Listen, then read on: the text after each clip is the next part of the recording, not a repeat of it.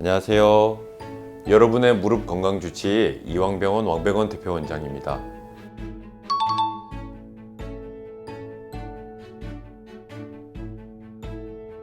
무릎 인공관절 수술을 앞두고 걱정도 많고 궁금한 점도 참 많으시죠? 오늘은 환자분들께서 진료실에서 가장 많이 하는 질문을 10가지 뽑아 알기 쉽게 풀어드리는 시간을 준비했습니다. 수술을 하면 언제부터 보행이 가능한가요? 가장 많이 물으시는 질문이죠. 결론부터 말씀드리면 환자분의 상태에 따라 큰 무리가 없다면 다음 날부터 바로 보행 연습을 시작할 수 있습니다. 물론 개인차가 있고 처음에는 보조기구인 워커바를 이용하게 됩니다. 단계적으로 2-3일 차부터 실내 보행으로 시작하게 되는데요. 약 일주일 정도 체계적인 재활을 거치면 가벼운 외출이 가능할 정도의 보행을 하실 수 있습니다. 또한 한 달 정도가 지나면 보조기구 없이 독립적으로 산책을 하실 수 있을 정도의 보행 근력이 발달하게 됩니다. 로봇 수술과 일반 수술을 비교했을 때 로봇 수술의 장점이 있을까요? 로봇 수술은 3D 모델링을 통해서 오차 범위를 컴퓨터로 세밀하게 제어할 수 있습니다. 특히 인공관절 수술에서 중요하다고 할 수 있는 다리의 축을 바르게 정렬하는 효과가 비교적 정밀하기 때문에 수술 계획 수립 과정에 활용되기도 합니다.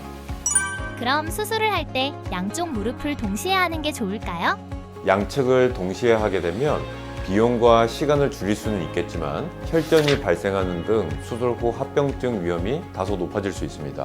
그래서 최근에는 일주일 간격의 단계적 수술을 많이 권장하는데요. 첫 수술 상태를 면밀히 모니터링하면서 두 번째 수술을 진행할 수 있기 때문에 환자 상태를 확인하면서 수술 간 회복 경과를 확인하며 계획을 세울 수 있습니다.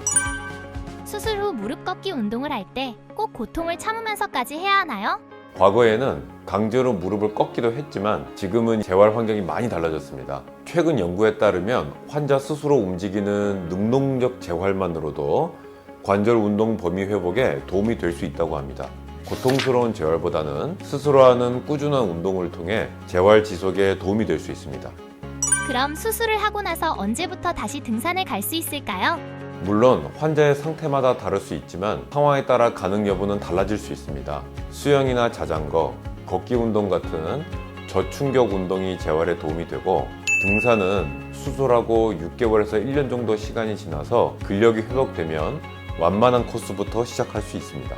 다만 무릎 보호를 위해 스틱을 사용하는 게 좋고 무릎이 너무 깊게 굽어지지 않도록 주의가 필요합니다. 또한 관련 주치의와 충분한 상담을 하고 내 몸에 맞는 운동을 시작하는 것이 좋겠습니다. 인공관절의 수명은 얼마나 되나요? 그리고 소재의 차이도 있을까요?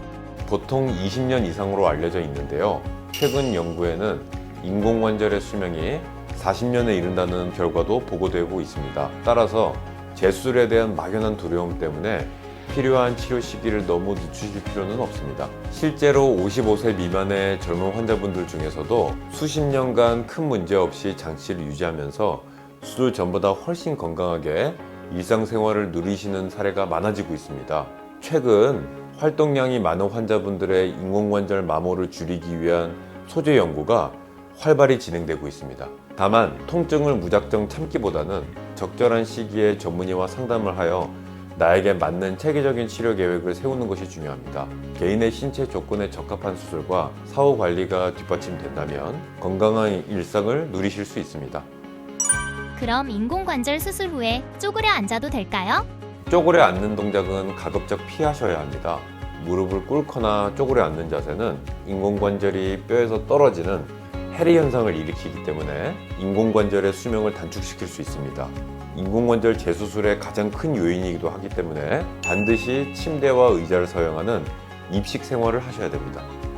50대가 됐을 때 관절염 말기 진단을 받았는데 너무 젊은 나이에 수술하는 건 아닐까요?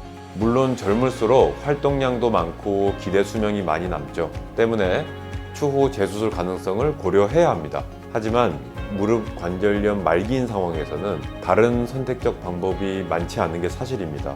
통증을 견디며 하루하루 삶의 질을 떨어뜨리는 것보다는 전문의와 상의를 해서 올바른 치료 방향을 결정하는 것이 일상을 누리는 선택이 될 수 있습니다. 수술을 하고 나서 넘어지는 게 왜 위험한가요? 수술한 후에는 균형 감각이 일시적으로 떨어질 수도 있습니다. 이 상태에서 낙상이 발생되면 골절이나 재수술로 이어질 위험이 있기 때문에 반드시 주의하셔야 됩니다. 그래서 수술 한 달 뒤부터는 한 발로 서거나 손뻗기 같은 균형 훈련을 매일 10분씩 병행해서 하체 안정성을 길러야 합니다. 특히 허벅지 앞쪽 근육인 대퇴사두근 운동으로 근력을 꾸준히 키워주셔야 합니다. 수술 결과에 가장 큰 영향을 주는 건 무엇인가요?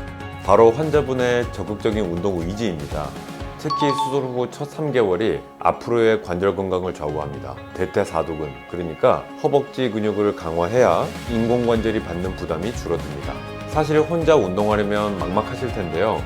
저희 이왕병원 채널에 보시면 환자분들께서 집에서 쉽게 따라할 수 있는 재활 운동 영상도 있으니까 꼭 보시면서 함께 해주셨으면 좋겠습니다. 주 3회 이상 규칙적인 운동이 통증을 감소시켜주고 무릎 관절 기능을 더욱 부드럽게 만드는 데 큰 도움을 준다는 점 꼭 기억하세요. 오늘 내용이 수술을 앞둔 분들께 큰 힘이 되면 좋겠습니다. 더 궁금한 점은 댓글로 남겨주시면 친절히 답해드리겠습니다. 감사합니다.